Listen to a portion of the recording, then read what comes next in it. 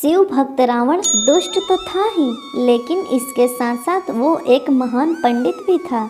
लेकिन उसमें कुछ ऐसी खूबियाँ भी थी जिनके कारण वो महान था। ये बात भी एकदम सत्य है कि अगर रावण में कुछ बुराई न होती तो वो ईश्वर का रूप माना जाता। रावण का सबसे बड़ा दुश्मन उसका खुद का ही अहंकार था, जिसने उसका सर्वनाश किया था।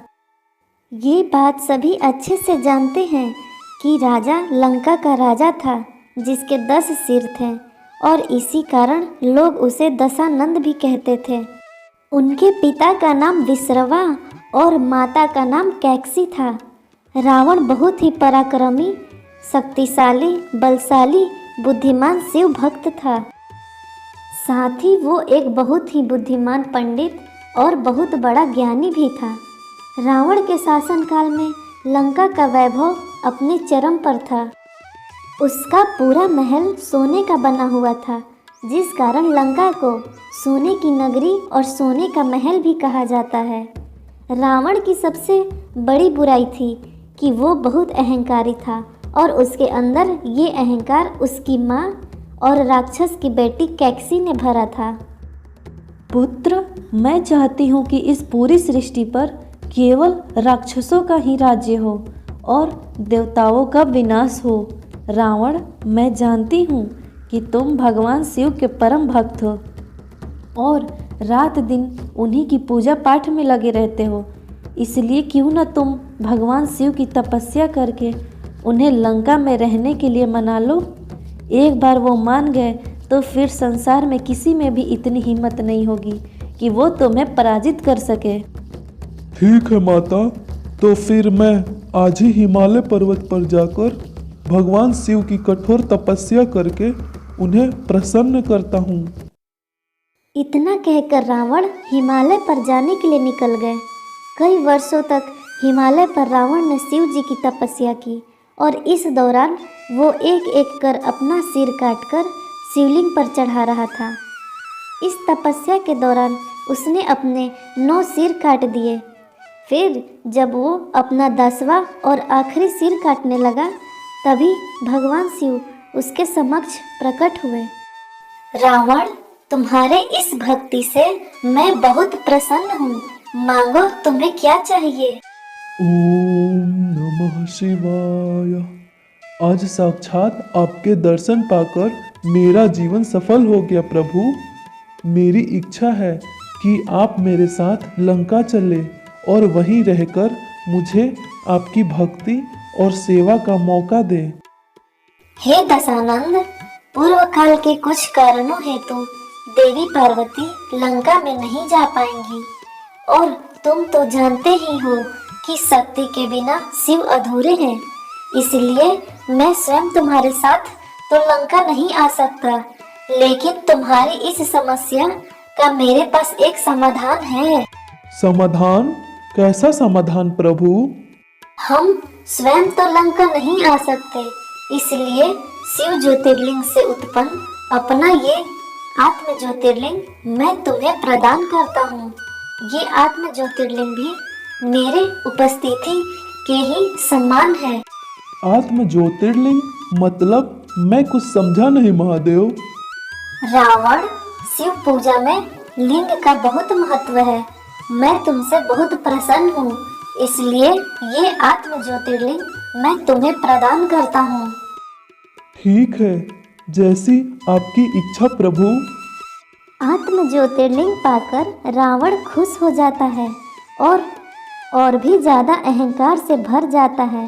तभी भगवान शिव उससे कहते हैं, रावण, तुम ये ज्योतिर्लिंग लेकर तो जा रहे हो, लेकिन इस बात का ध्यान रहे, इसे अब वहीं रखना जहां तुम इसे स्थापित करना चाहते हो। तुमने अगर इसे रास्ते में कहीं पर भी रख दिया तो ये वहीं स्थापित हो जाएगा और फिर तुम चाह कर भी इसे लंका नहीं ले जा पाओगे।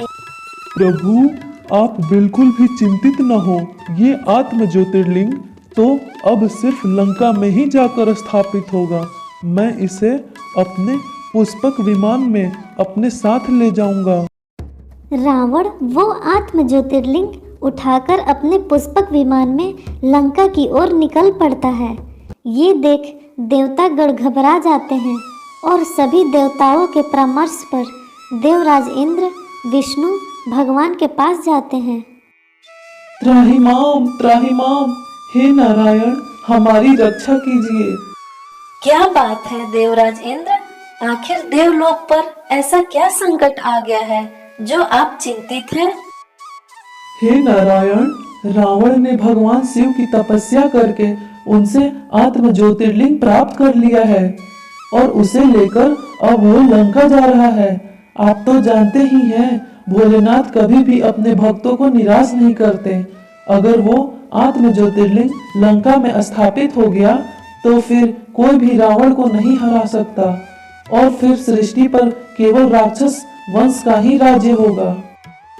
भगवान शिव को तभी तो भोलेनाथ कहा गया है। वो अपने किसी भी भक्त को निराश नहीं करते, लेकिन वो अच्छे से जानते हैं कि कौन किस उद्देश्य से वरदान मांग रहा है। वो ये बात जानते हैं कि रावण अपने स्वार्थ के लिए ही ज्योतिर्लिंग को लंका ले जा रहा है। आप बेफिक्र रहिए, वो ज्योतिर्लिंग को लंका नहीं ले जा पाएगा। तभी वरुण देव वहां प्रकट होते हैं। लेकिन इस कार्य के लिए मुझे वरुण देव की सहायता लेनी होगी। वरुण देव, रावण भगवान शिव द्वारा प्रदान किया गया आत्म ज्योतिर्लिंग अपने साथ लेकर लंका जा रहा है। मैं चाहता हूँ कि आप किसी तरह उसके पेट में प्रवेश कीजिए ताकि वो अपने मार्ग से भटक जाए। मैं समझ गया प्रभु, मुझे क्या करना है?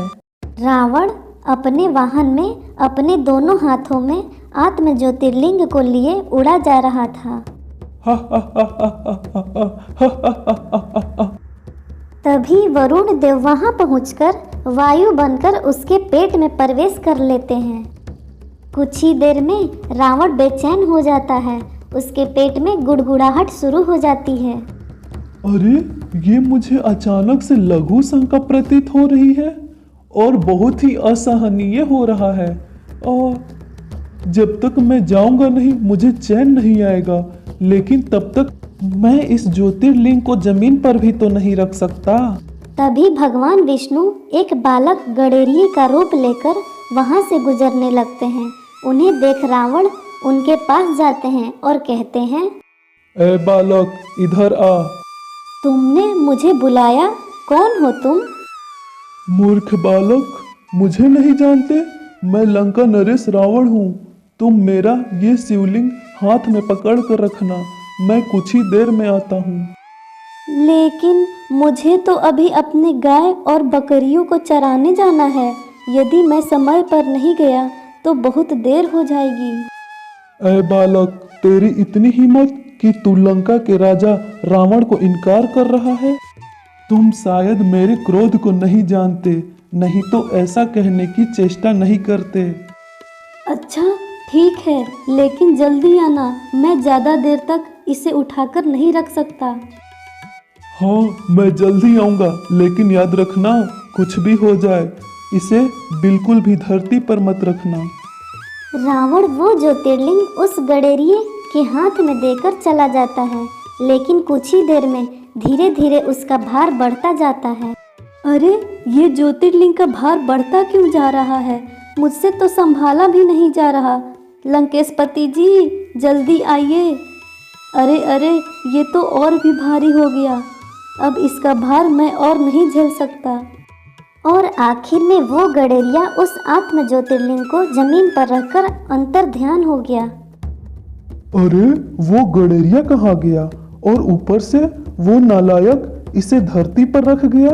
भगवान शिव ने इसे धरती पर रखने के लिए मना किया था।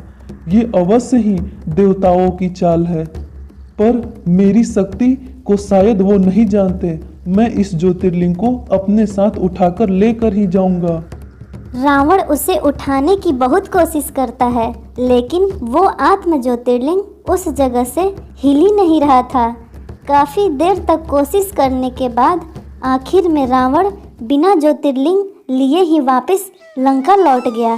अगर वो उस ज्योतिर्लिंग को लंका ले जाता तो वो अपने अहंकार से सारी सृष्टि को ही नष्ट कर देता।